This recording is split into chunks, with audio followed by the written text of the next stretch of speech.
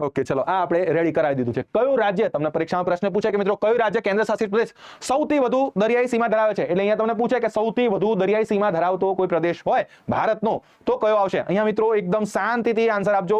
અહીંયા જે કહેવાય કે ધોવાણ થવાની પૂરેપૂરી શક્યતા છે. ડિસ્ક્લેમર આપી દઉં છું, પેલો નથી શરતો લાગુ ડિસ્ક્લેમર, એવું મસ્ત મજાનું તમને ડિસ્ક્લેમર આપું છું અહીંયા. ખરી હા ના થયું ભાઈ, ધોવાણ ના થયું, તમે અહીંયા ઇજ્જત બચાવી લીધી અને તમને અહીંયા ખૂબ જ તમારી તૈયારી પણ સારી છે. હું જોઈ રહ્યો છું કે તૈયારી સારી છે તમારી બધાની. ચલો તો આંદામાન નિકોબાર એબ્સોલ્યુટલી રાઈટ. કેમ અહીંયા? કારણ કે મિત્રો અહીંયા કેન્દ્ર શાસિત પ્રદેશ પૂછ્યો છે, એટલા માટે આંધ્રપ્રદેશ આપણે આ આંદામાન નિકોબારને આપણે ઇન્ક્લુડ કરવું પડે, રાઈટ. જો તમને અહીંયા કેન્દ્ર શાસિત પ્રદેશ ન પૂછ્યો હોય તો ડેફિનેટલી તમે આન્સર ટિક કરી શકો છો મિત્રો, ગુજરાત ટિક કરી શકો છો, પરંતુ અહીંયા પૂછ્યું છે કેન્દ્ર શાસિત પ્રદેશ એટલે આવશે આંદામાન નિકોબાર.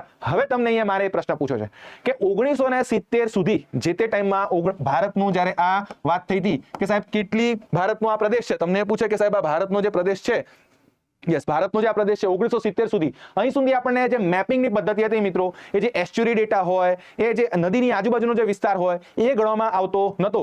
એટલે એ પ્રમાણે વાત કરીએ મિત્રો તો 7500 સમથિંગ વર્ગ કિલોમીટર, આટલો 7516 એટલો તમને જોવા મળતો હતો. પરંતુ હવે નવા ડેટા પ્રમાણે જોઈએ, આ હતો મિત્રો જૂનો ડેટા પ્રમાણે, પરંતુ મિત્રો જ્યારે નવા ડેટા પ્રમાણે આપણે જોઈએ તો આપણને માહિતી મળે છે 11098 વર્ગ કિલોમીટર. તો તમારે હવે કયો ડેટા યાદ રાખવાનો છે? તમારે મિત્રો આ યાદ રાખવાનો છે 11098 વર્ગ કિલોમીટર, રાઈટ. તો આ પ્રશ્ન પરીક્ષામાં પૂછી શકે કે ભાઈ આ નવા ડેટા પ્રમાણે ભારતનું જે નવીન બદલાઈ છે પદ્ધતિ, એ પ્રમાણે તમારે યાદ રાખવાનું છે 11098.81. અને આ મારા કોઈ ઘરનો ડેટા છે નહીં મિત્રો.